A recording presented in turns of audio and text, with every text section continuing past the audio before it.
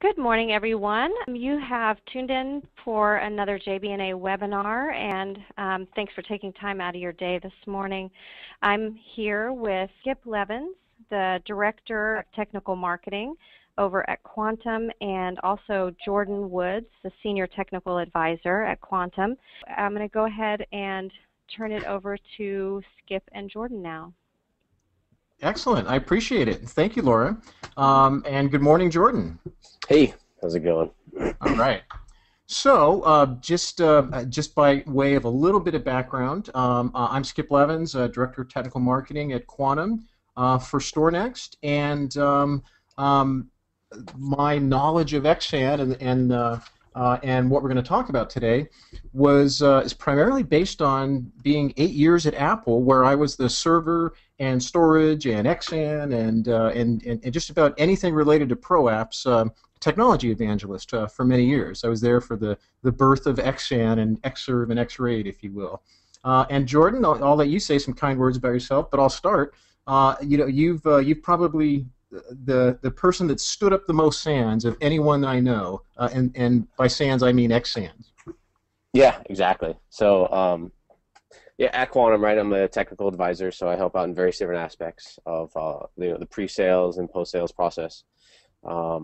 And in the prior role, like as you said, Skip, set up many Xsans across multiple different studios and post-production houses, and all over most of the nation, really, and a couple spots outside of the U.S. So definitely plenty of SANs out there.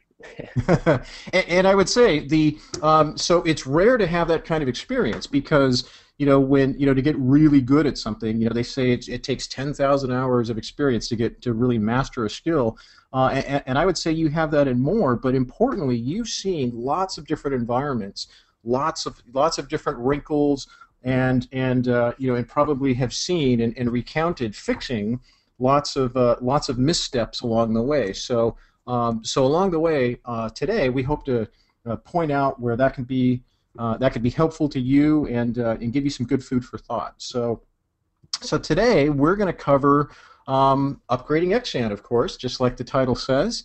And for those of you that don't know, we'll give you a little bit of information about StorNext itself, and then information about how to get ready for that upgrade, and then help guide you in some decisions of how to upgrade that Xsan environment, whether StorNext Appliances or maybe even the StorNext Pro Solutions are a better choice for you. And then we'll walk through upgrading an actual environment, and then wrap up with some advice and best practices. And of course, along the way and at the end, we'll be taking a Q&A. So let's get going. So the first question is why upgrade? And that's probably pretty self-evident. Xsan is a phenomenal product.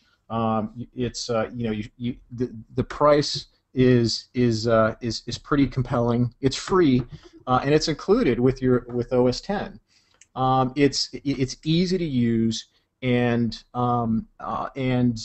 it's been updated with each version of OS 10.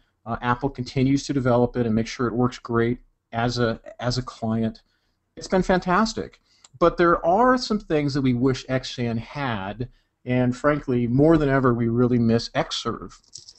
Xserve was the ideal rack-optimized, highly available, highly redundant server that ran OS 10. And unfortunately, there is no server in that form factor that'll run OS 10. And the reason why Xserve was so cool was that it was, we built supercomputers out of it, right? We would run thousands of these at a time, and highly redundant. Power supplies could fail. All the things that could happen at a data center, or even a creative data center. And the fact is, you have to stay up and running, and you can't let a broken cable on Ethernet or a broken fiber channel cable or failed power supply or fan take your whole environment down. So that was what was great about Xserve. Beyond that, as our work environment has evolved, we need more than just Mac clients, we want to be able to plug in Linux clients, maybe for transcoding or rendering. And a lot of times people are coming to us on a Windows workstation and expect to be able to share project files with us.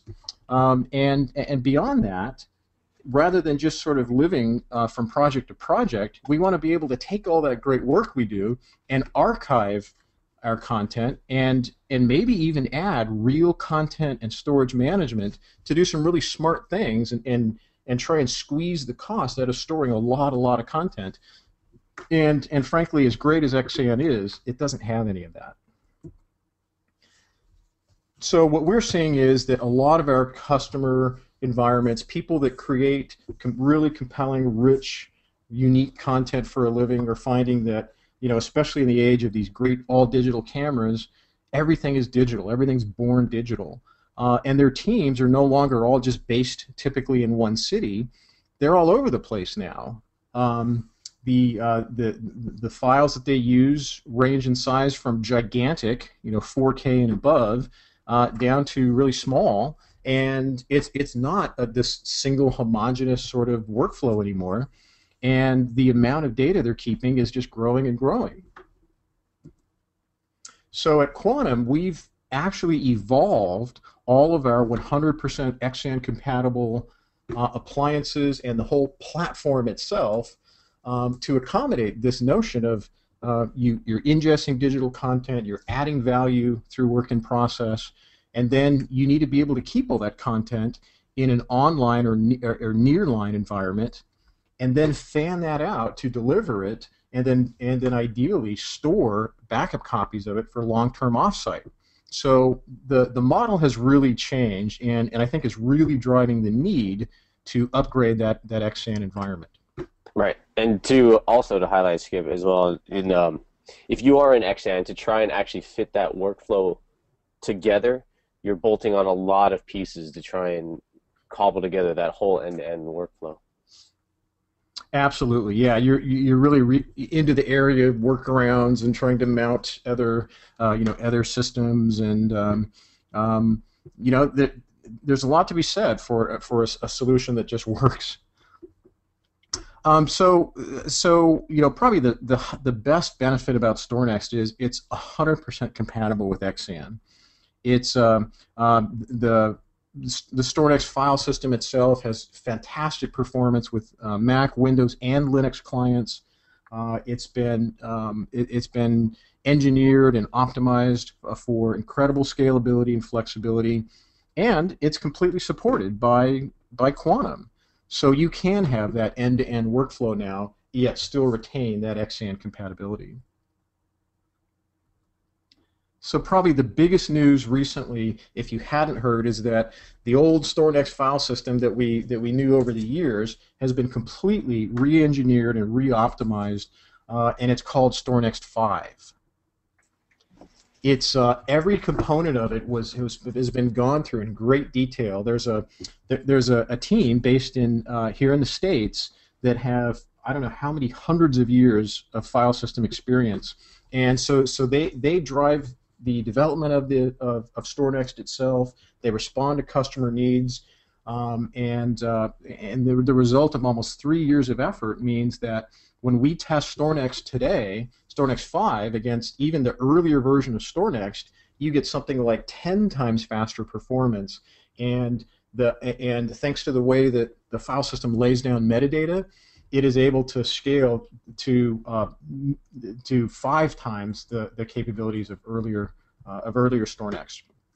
And of course, as you'd imagine, we optimize it for StorNext appliances like QXS storage or even Lattice object storage.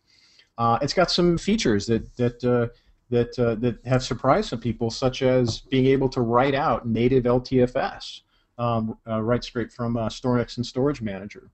So so StorNext 5 was a tremendous effort, and by upgrading your Xsan environment, you can take advantage of all of that. So Jordan, how about getting ready for that upgrade? Pretty much these are all the components of the Xsan environment. I think this is all pretty straightforward, right? You've got on Xsan, you've got a metadata controller.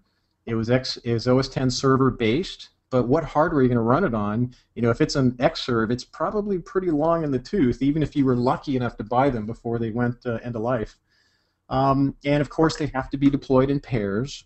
They're still great servers, but I probably wouldn't want them on my front line anymore. Yeah, so it's really at this stage, right? It's that taking inventory of what you have. How old is it? Can it be repurposed?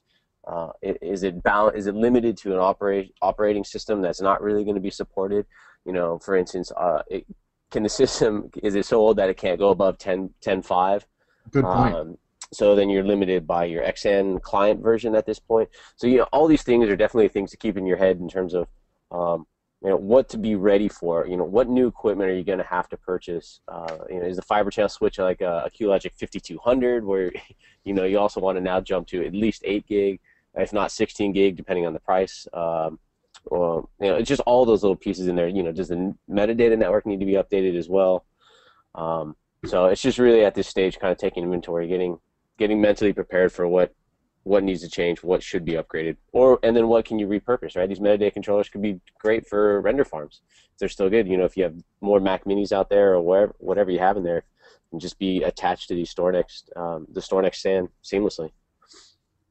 Yeah, that's a really good point. Infrastructure, and technology marches on. Like as you say, it might be time to consider, making sure that the whole environment is maybe 8 gig, and maybe it is time to upgrade different parts of the environment. Cool. So as far as what gets upgraded, when you upgrade your Xsan environment, your Xsan metadata controllers will be replaced by a StorNext metadata controller appliance, and we'll go into a little more about exactly what that is. But essentially, it replaces all the functionality you would have had with 2 Xserves, and then some, because most of our all of our appliances, and most of our StorNext Pro Solutions also include a dedicated metadata storage. So you don't need to store that right inside your the general storage. It's attached to your SAN. So that metadata volume will move to the metadata controller dedicated storage. Your Xsan clients, Jordan, they just plug right into StorNext, right? Yes, correct. Exactly. Yeah. So if you haven't upgraded your you can attach your existing fiber channel storage. Sometimes I imagine that's if people aren't ready to upgrade their storage right now, they can still use their existing storage, as an interim step. Though we'd probably recommend that almost any RAID system, should probably be replaced. What would you say? Between 3 to 5 years is when you should really start looking at that. Yeah, well, definitely at least preparing for it. So if it's in that age range, stepping it down to at least a secondary volume where the data is definitely backed up. Reasons for this, obviously, the one thing people don't know about, and not to take a total tangent, but when RAIDs as they age and they start to fail, the problem is not the failed disk in your RAID. It's during the rebuild and losing the second or third disk that happens while it's rebuilding and hitting the silent data corruption. So it's out there. It's things that that's stuff to think of, especially if you have a 3 to 5 year old system. It may seem robust, but it's possible under the hood that you have silent failures that are waiting for you out there. And we've seen this many times that, a lot. I mean, sometimes we'll go into customers and they will still have Xserve RAID running. Yeah. And Xserve RAID was a great system, but I would say as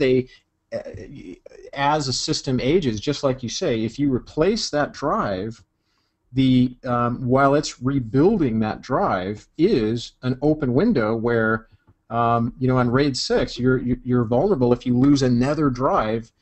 So it's for me, if I'm running a production environment, I would feel a lot safer knowing that I had a new system, it was covered by support, and I was definitely within that window. but as you say, you can take that existing storage, and we've seen people put it in, move that storage off to maybe, a scratch environment or to a test lab, so the utility doesn't go away, right? It's still, it can still be valuable. Right. Actually, that's a really good point. That becomes especially the lab part, if it's possible. I found that such a great tool for various departments to have a mini test environment. So if they are preparing to do other upgrades of their environment, they have something they could test those upgrades prior to deployment. It's a nice little bonus to have out there, and if you have older hardware, that gives you that ability. Yeah, that's a tremendous luxury, and a lot of the environments we've seen, even kind of modest size environments, have found that they can try out new workflow steps or new software or demonstrate or test things before they buy them. So that's a really valuable test bed. So yeah, that's definitely a good point to keep in mind. So I think we covered this. This is probably a great time to evaluate whether you should upgrade your fiber channel environment or Ethernet environment. But if not, you can keep those same environments and simply upgrade the StorNext components like the metadata controller, server, and perhaps storage, and you're good to go. True. Yeah, and they can be somewhat piecemeal too for potential cost savings, what have you. So Jordan, this is high level, but can you take us through kind of the steps of how you would upgrade that environment? Sure. So it's this is definitely pretty high level. It's very high level. But more or less, there's config files that sit on either of these systems, right? So Xsan uses the .cfg file, StorNext is .cfgx. These are the config files that tell how the system is configured, how the stripe groups are arranged. It's the technical details of the SAN. So the file is copied and converted over to the new metadata controllers. As soon as that's in place and it looks good, and this is the environmentals all set up. The fiber has been run. IP addresses are set. You can actually shut off the Xsan systems. All the clients are down at this point. You bring up the StorNext appliances at this point. They have the config files loaded on them. They're ready to go. They're pointed at the storage. At this point, the config file tells them what that storage is, how it's how it's laid out, and then they're able to mount that file system at that point, and actually just turn the clients on. It's pretty much almost that simple. It's something that might take maybe an hour, 2 hours in that time frame to do that, just because dotting the I's and crossing the T's as that process moves through. But it's pretty much that seamless. And because the config files live on both areas, if you need to step back to Xsan, you can go back and forth at this time. So there's a sense of safety still, even in this moment. It's not you're not on the tightrope without a harness, so to speak. Exactly. Yeah. That's definitely where it's the old carpenter's motto, which is measure twice, cut once. Right. You definitely and always. And the parachute is motto too, of always have a backup for your backup. So have a backup plan for your backup. But I think if you follow those steps, I think you'll be in great shape. So we'll cover and recap some of the best practices. So for those who don't know, let's just spend a second and go through the two options of whether to upgrade with an appliance or go for the StorNext Pro Solutions. So, Quantum is probably best known for the StorNext file system, and it's a concurrent shared file system that does something pretty amazing. Actually, it allows Windows, Linux, Unix, OS X customers to all see and share files on shared storage. That's a really hard computer problem, and StorNext, believe me, is battle tested over the years and does it really well. It's used by the top content creators in the world, in really truly mission critical environments. So not too long ago, Quantum started developing StorNext appliances. So this is hardware configured and optimized to get the most out of the StorNext file system. The metadata controller appliances themselves include an integrated metadata volume. And all these appliances are supported by Quantum They include lots of client licenses that you can connect, and we're talking about Windows and Linux. So you can connect up to 10 Windows or Linux clients included with the cost of the metadata controller appliance. Very price competitive, and they can be customized. They look a little bit like this. This is a StorNext M440. It scales tremendously. The hardware is chosen and integrated to serve as your new replacement metadata controller. It works great. Obviously unlimited Xsan clients plug in, or up to 10 Windows or Linux clients.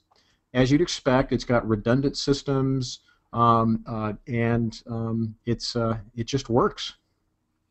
And then that to highlight too, that the arrays in the middle there, the dedicated metadata arrays. So for those familiar with Xsan, where they had to give up the 2-drive RAID 1 or more, right, depending on the number of volumes, and then the rest of your RAID sets were in various chunks and sizes and all over the place and lots of global spares. That idea goes away because now you have dedicated metadata storage that lives basically on board the appliance. So now you can carve your RAID sets as big as you need to, and not have to worry about weird global spares and all that stuff. That's a fantastic point. Yeah, this is proven to be a good solution. And with StorNext 5, it dramatically changed. I mean, we're talking like unbelievable amounts of performance improvement in how it writes metadata. Where now, even for gigantic data volumes and lots of connected users, the actual LUN itself is really small and efficient and compact. So, and it lives very nicely on this dedicated storage here. So let's take a look at the storage appliance. This is the QXS 1200. It's got when you take that faceplate off, it's got 12 4-terabyte hard drives in there. And presents is really, I would say, is your bread and butter storage. You can expand this system to double that, and you can simply keep adding these systems and expansion systems and attach it to StorNext seamlessly. It's depending on how you configure it. It'll support 4K workflow performance, very large performance, and I would really say that this is your bread and butter media SAN storage. It's predictable. Jordan, you've tested a ton of these in the lab and put it through torture tests, and it works really well. Yep. Okay, so we took the idea of StorNext appliances a step further and created what are called StorNext Pro Solutions. Now these are collections of StorNext appliances that are designed to fit a certain need. So this is literally a drop-in replacement for your Xsan environment, and it bundles all the things that you don't have to worry about. So of course it's got a 3-year hardware and software warranty, around-the-clock support. It includes service spares kits. So if things like a hard drive fail or a RAID controller fails, then you've got these systems right in your environment. You take them off your shelf, replace a failed component, and then Quantum gets you a new one right away. And then something that I'll show you a sneak peek of a screenshot. We're including something called StorNext Connect with all, and that is a management and monitoring environment for your entire StorNext environment. So it's got all the benefits of StorNext appliances, but they're organized to help you address different needs. So the first one is called StorNext Pro Foundation, and this is for small work groups that want to put together a couple of workstations and get up and running as cost efficiently as possible. But I think most Xsan upgrades will take advantage of the StorNext Pro Studio that is really targeted for Xsan refreshes. And then if you have more specialized needs, there's a StorNext Pro 4K. It's got enough storage and a very high-performance metadata controller to help you edit in 4K. And then when you're thinking about archiving your content, we've got both StorNext Pro Workgroup and StorNext Pro Production. So I'll give you just a quick look at each of these. StorNext Pro Foundation is a little different. It's really close to existing Xsan in that the metadata controller storage, so the metadata LUN is written onto your storage along with data storage. That's very similar to Xsan today. This is really targeted at the entry or just a few workstations. The StorNext Pro Studio, I think, though, is the one that most Xsan people upgrading from Xsan will go for. Jordan, you've tested this in the lab, and it can do 4K ProRes, but it really is a sweet spot for HD production, and you can expand the storage as you need more. There's kind of no limits, right? Yeah, correct. Yeah, this is it's a good starting spot for this for sure. Especially just adding some expansions from here, or more RAID storage as you need it. Really, the performance at this point is just bound by that limited number of spindles. It's true. We should probably go into the components of performance. I mean, so one is that it is a concurrent shared file system, so the metadata controller intercepts those requests for files. So that needs to be fast. Well, these appliances are very good at that, and StorNext 5 has been re-engineered and re-architected to be very fast and responsive. But the other component, as far as how fast you can write to and stream from your storage, is literally bound by how the drives themselves. The more drives, the more spindles, the more performance it presents up through that LUN, right? Mm-hmm. Yeah. So this is StorNext Pro Studio. Just give you a quick peek at StorNext Pro 4K. It adds an SSD flavored version of the M440 for even faster metadata performance, and adds lots of storage in order to give you that performance. Right. Yeah, and this is, I mean, when we say 4K, this one is really built for the upper end of 4K, right? The DPX workflow. Thus the reason why there's SSDs in there, so that the metadata is, extremely fast for operations of what's called a file-based workflow.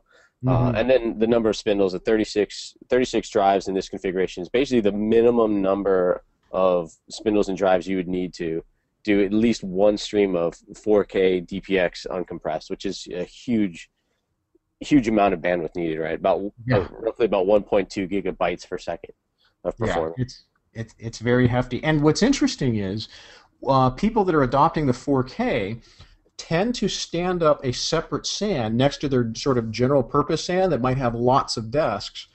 So this way they get to pilot or stand up 4K in their environment and make sure that it's up and running as quickly as possible and not interrupt their existing environment. Mm-hmm.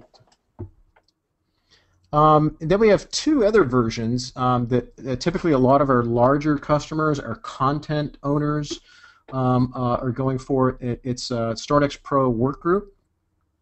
This has a version of the metadata controller appliance called the M660 series. This allows greater scalability and includes what's a distributed LAN client server, which means you can now attach via Ethernet clients of the SAN, and so typically in these larger archiving workflows, these workstations won't be attached via fiber channel.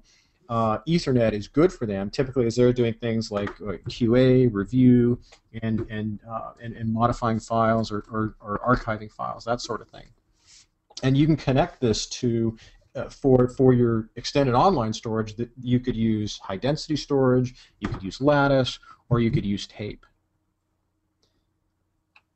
And then finally we've got the StorNext Pro Production that includes this tape, an archive-enabled tape library, where now you get the capability of not only writing off LTFS files that you might need to hand off to someone else in your production workflow or maybe a customer, I mean, and I mean, how often do customers ask for a copy of their portfolio or their files? Happens all the time.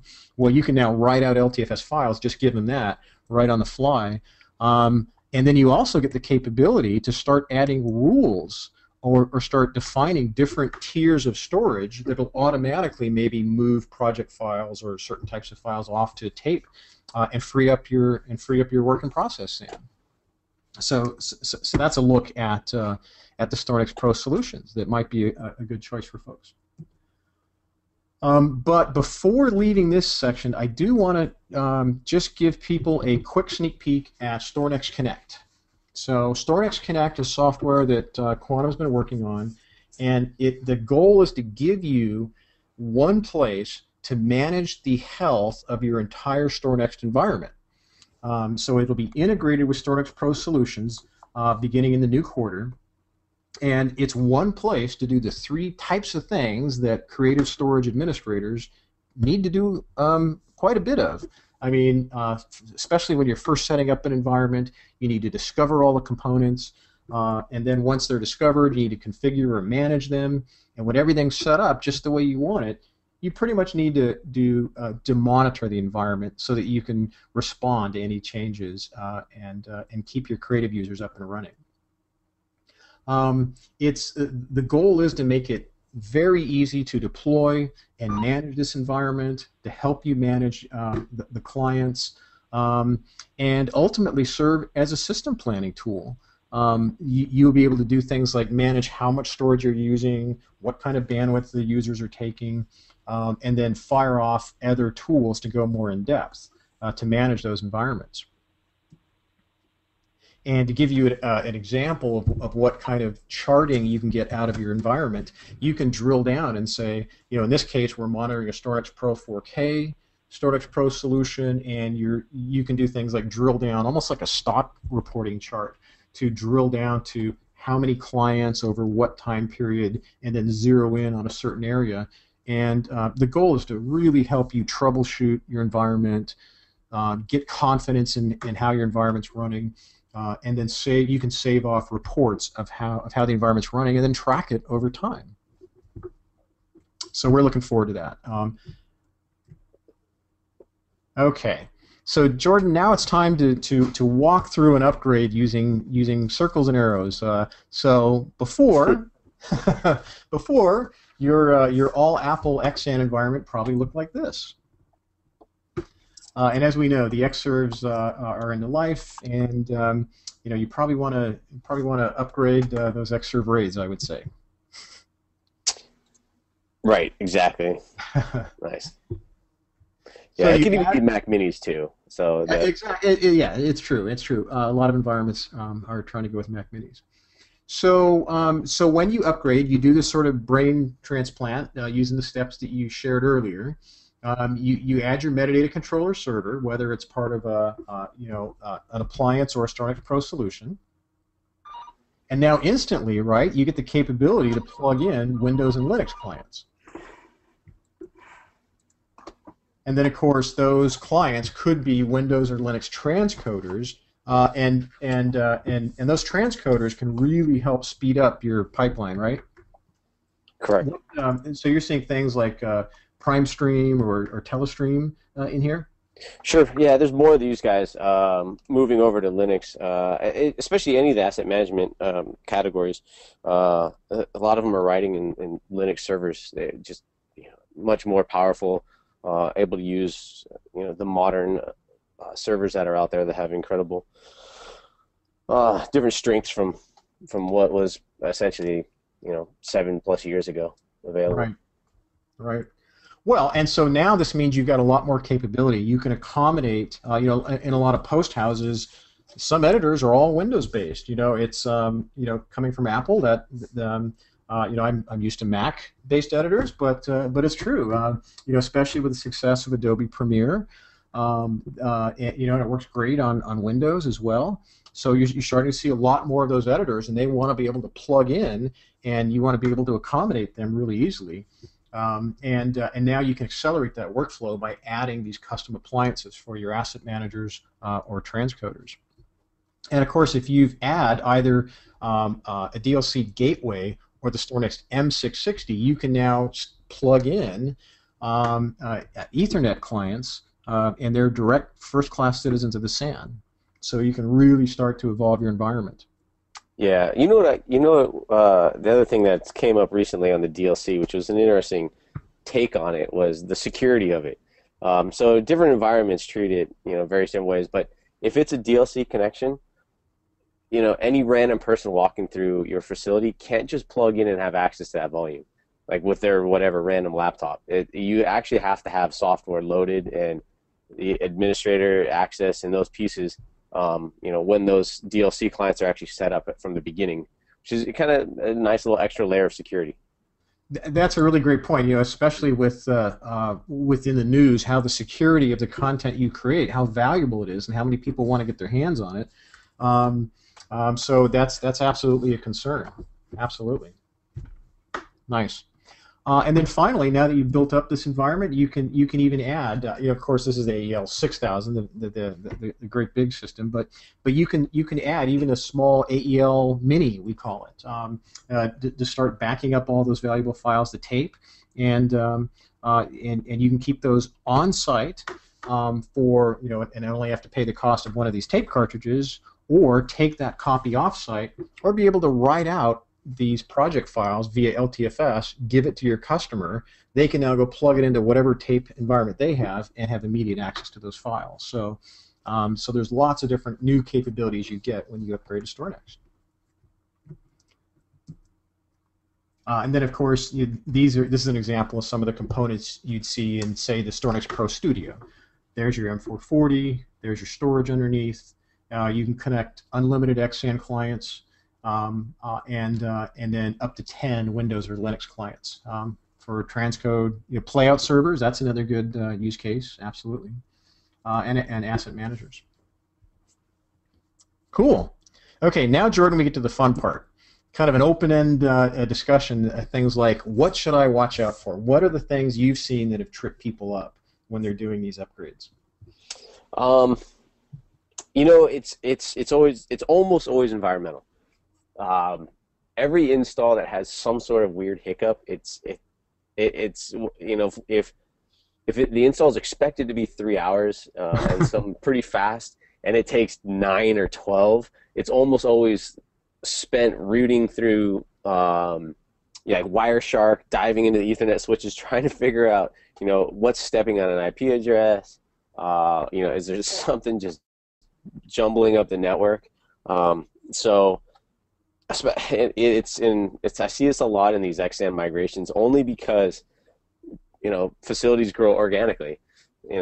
So if you're on the same systems for 10 years, you've added so many things over the time, piece by piece, that who knows what is in there, and it's working good at this point, but all of a sudden you add something new and that flushes something out, and that's what I don't know, that's probably the most common thing I see. It's funny. When systems are on and running, and they're designed to be on all the time, so when they get rebooted, it seems like that's always when something happens, like a fan fails or a power supply fails or something like that. So I know that kind of stuff pops up. But it's true. A system that's been running a long time may have had lots of different users and lots of different administrators, and I think so maybe the defense is like, keep documenting everything as best as you can, and have a good relationship with your IT manager. So like you say, that brings up this question: how long should it take? I think you said it could happen as little as an hour, but if you budget 3 hours, it might take 9. So. Yeah, I mean, every environment's different. It's tough to say. I always prepare a weekend as a minimum, and that depends on your work schedule, right? But if downtime happens on a Friday night, the environment starts getting racked and ready to go. Prior to that, and on shutdown, you can buy yourself whatever that full day of work is to do the transition. Work through it slowly, make sure everything's good, nice, and ready to go. And then I like to have a day on the backside for performance testing, or preparing for any of those possible things that could creep up in an environment. it's a nice to have. So if you can buy yourself a weekend, it's great. It's to prepare for people coming back online. I mean, sure, it could be an hour, but I've just been in enough situations in various different platforms where I'd love to have that extra 24 hours as a nice cushion. Right. Well, so if, for example, you start on a Friday after editors go home, you should have a day to install, a safety day, and then still have time to test and be ready for them to sit down at their desk and start editing again Monday morning. Yep. Fingers crossed. Exactly. So I wanted to ask you about, for the most part, I've seen that RAID storage, if you don't upgrade your RAID storage, it's pretty robust. If you take it down nicely before you change out the metadata controller, I don't think you've seen too many problems when that RAID storage comes back up. No, it depends on obviously the manufacturers out there, what kind of hard drives they've used. Like you said before, when things power off, sometimes stuff fails. Like running for 3 years, and then reboots, and it's like, whoa, a bunch of drives just popped off. Really strange. So maybe, is it a best practice, and then we'll go to move into the best practice part, to back up your storage before migrating it or moving it? I do. I always say that as a general thing anyway. It's just anytime you touch any system, I've just always tried to make a backup, and I get it. It's becoming increasingly more difficult as things get larger. Like, how do you back up the 1 petabyte SAN volume? Which also begs the case of, like, as these workflows evolve, why we are pushing the idea of the quote-unquote extended online. Why we need to change to that platform, because the ad hoc growth of a SAN of just adding more and more storage now becomes unwieldy. When you get to these stages where you actually are migrating and growing, it becomes very difficult. You can't have the backup discussion like, oh, just back up all the data, and like, oh, that'll take a month. So the data already has to be backed up in a sense. It has to be ready to go for these things. Right. Well, I would say the good news is that by adopting, by upgrading to StorNext, you have the capability to do that, to build in your backups, to be able to go out to tape, or take advantage of technologies like Extended Online with Lattice. So these are all really exciting ways to grow your environment. And every post facility, every creative I've ever talked to dreams about how to grow their environment, and how to be the big post house. So this is a good way to do it. So Jordan, you've got 3 simple migration best practices, and you could probably add more, but I think these are maybe your most important. Yeah, definitely.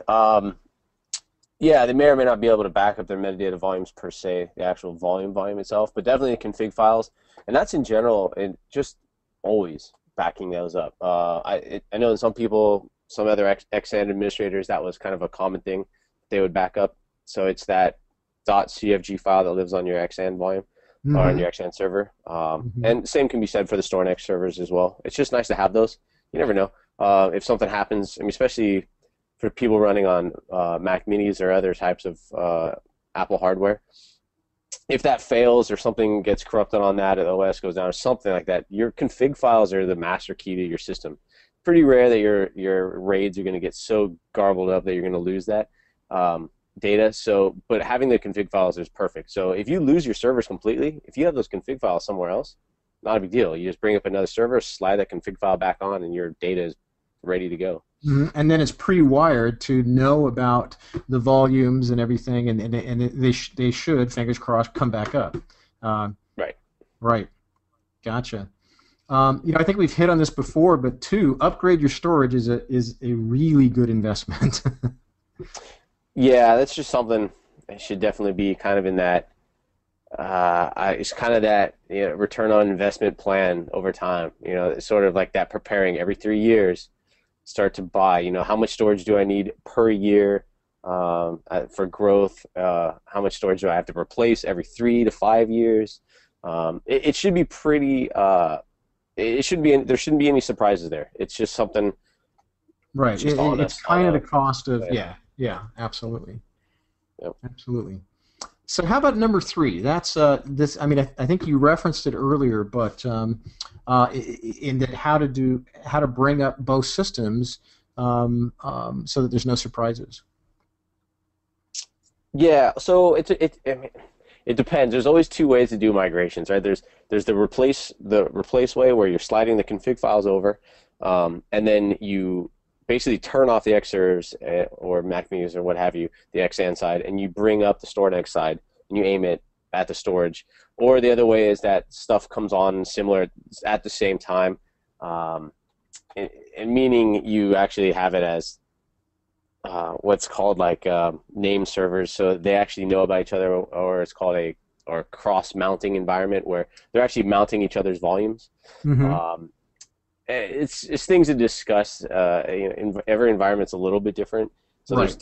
there's different ways to cut this and prepare for migrations. So You this bring is them up really yeah. this is really an option for people that are really concerned that they about a new system. They want to bring up the new system and the old system side by side to really carefully step through that migration. But I think what you're saying is if you can, and we've done it hundreds of times, there's no problem dropping in the metadata controller appliance, bringing up your storage, and then you can literally turn off those old Xserves. Yeah, the added benefit to that is that you repurpose those old IPs, and so the old IPs go on to the new StorNext system servers. And the reason why it's important is if you have a large environment, say you have 100 different clients that are out there, they're Xsan Mm-hmm. clients, you don't have to change where those Xsan clients are pointed. They just they'll auto mount that volume, the new volume. They'll know immediately. So it becomes more seamless when you're able to do the actual just straight replacement. Gotcha. Excellent. So lots of choices. Um, so I think it's time for Q&A. If there's what are the top questions people ask you when they're considering one of these considering changing out their Xsan environment?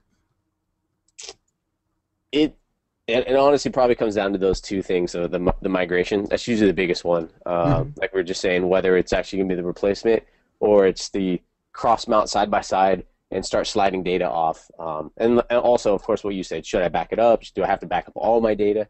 They're almost always the same conversations. Gotcha. Well, very good. So I guess we have a question for Laura that if people have a question about how to get in touch or chase down some of these questions or start looking at how to architect their StorNext environment, where do they go, Laura? Yeah, thanks, Skip. Excuse me. They can reach right out to their JB&A team at any point. I'm sure they've already got the contact info, but I just want to state it one more time so they can give us a call at 415-256-2800. And they can also contact us, sales@jbanda.com. And at any point, if you get, if you're considering doing this upgrade, or if you have any questions about some of your customers that have similar issues, just reach right out, and any of your team members over here will be happy to help you with that. Absolutely, and of course, the Quantum team stand behind JB&A. We've got a tremendous amount of information about everything we discussed online at StorNext.com, and so the JB&A team can definitely help walk you through that as well. Yeah, exactly. Great. So thanks so much, Skip and Jordan. You guys were extremely thorough and covered a lot of territory, so I really appreciate that. Thank you. Thanks for having us. All right, and thanks everyone for taking time out of your day to join us. We'll see you on the next webinar.